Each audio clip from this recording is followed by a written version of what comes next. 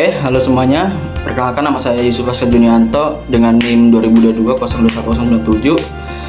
Di sini saya akan menjelaskan tugas UAS manajemen jasa dengan tema tantangan dan hambatan yang dihadapi dalam manajemen layanan dan cara mengatasinya berdasarkan apa yang telah kita pelajari di kelas. Jadi berdasarkan materi minggu ke-9 sampai 15. Dan di sini saya mengambil contoh perusahaannya, yaitu Starbucks Indonesia.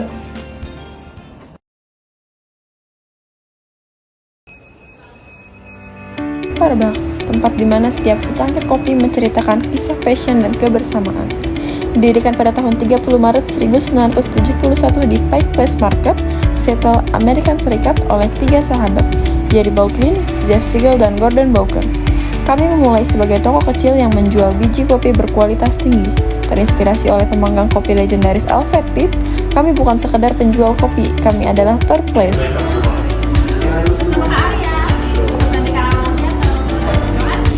Ruang ketiga antara rumah dan kantor, di mana orang berkumpul, berbagi ide, dan menikmati momen bersama. Masuk ke Indonesia pada 17 Mei 2002, kami membuka gerai pertama di Plaza Indonesia, Jakarta melalui PT Sari Kopi Indonesia. Kini, dengan lebih dari 500 gerai dari Sabang hingga Merauke, Starbucks Indonesia telah beradaptasi indah dengan budaya lokal. Kami tumbuh bersama komunitas, mendukung petani kopi lokal, program daur ulang, dan inisiatif sosial seperti Starbucks Foundation untuk pendidikan dan lingkungan bersih.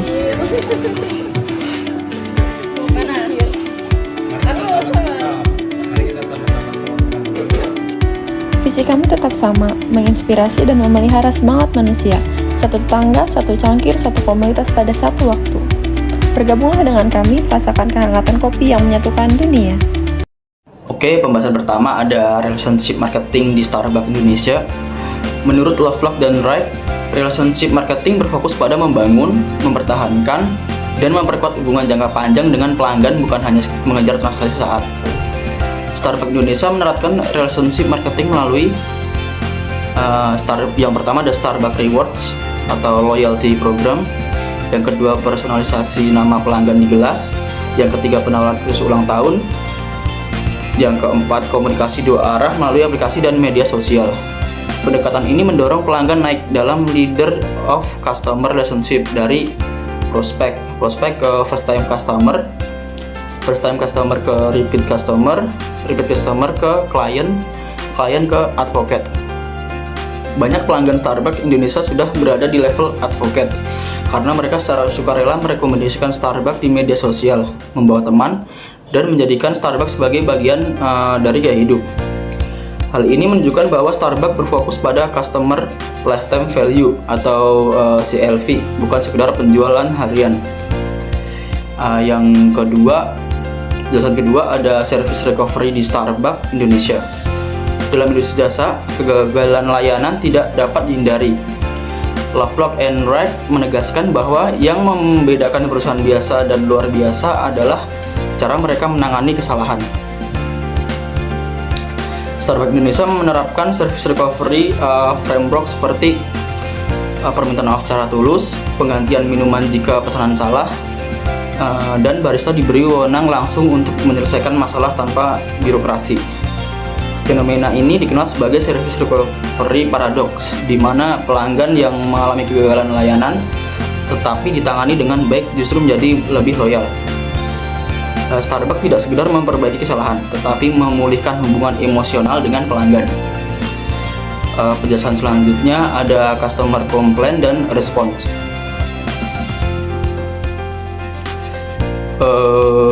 Ini menjelaskan bahwa pelanggan yang tidak puas dapat merespon melalui yang pertama passive response, yang kedua ada private complaint, dan yang terakhir ada public complaint. Starbucks Indonesia sangat aktif mendorong voice complaint, yaitu keluhan langsung di perusahaan melalui yang pertama customer service, yang kedua media sosial, dan yang ketiga aplikasi Starbucks. Starbucks memahami konsep complaint iceberg, bahwa hanya sebagian kecil pelanggan yang benar-benar menyampaikan keluhan.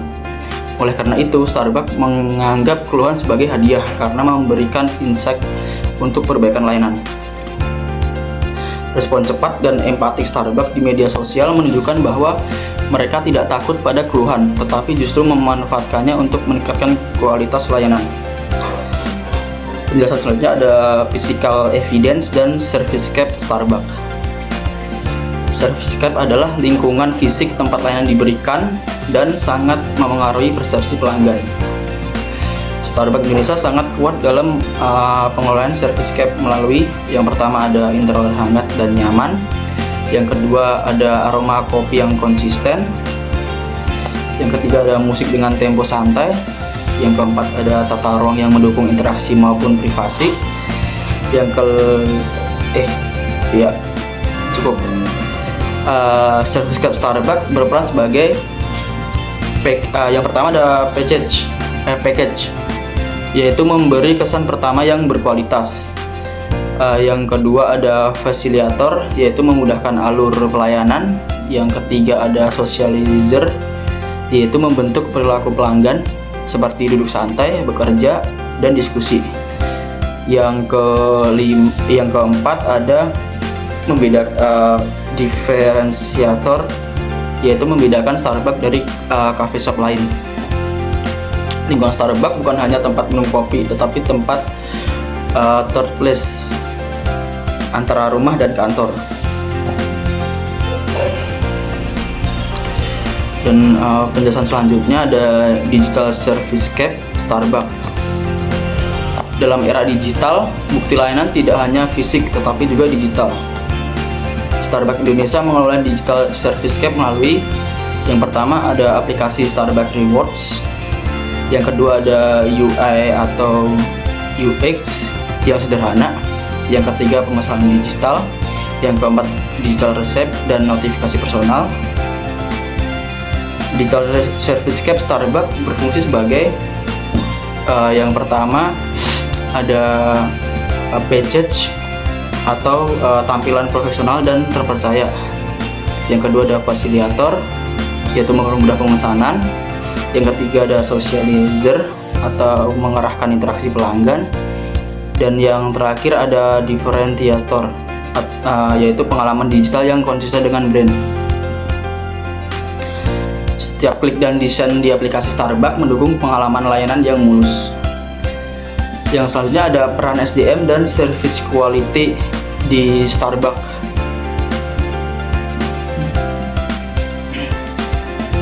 Starbucks Indonesia menerapkan strategi SDM layanan melalui yang pertama ada rekrutmen berbasis attitude, yang kedua ada pelatihan intensif, yaitu produk, empati, dan komunikasi. Yang ketiga ada SOP dan KPI yang jelas. Yang selanjutnya ada empowerment barista untuk mengambil keputusan, dan yang terakhir ada budaya pelayanan yang kuat. Starbucks juga menerapkan service profit chain, yaitu yang pertama ada employee satisfaction.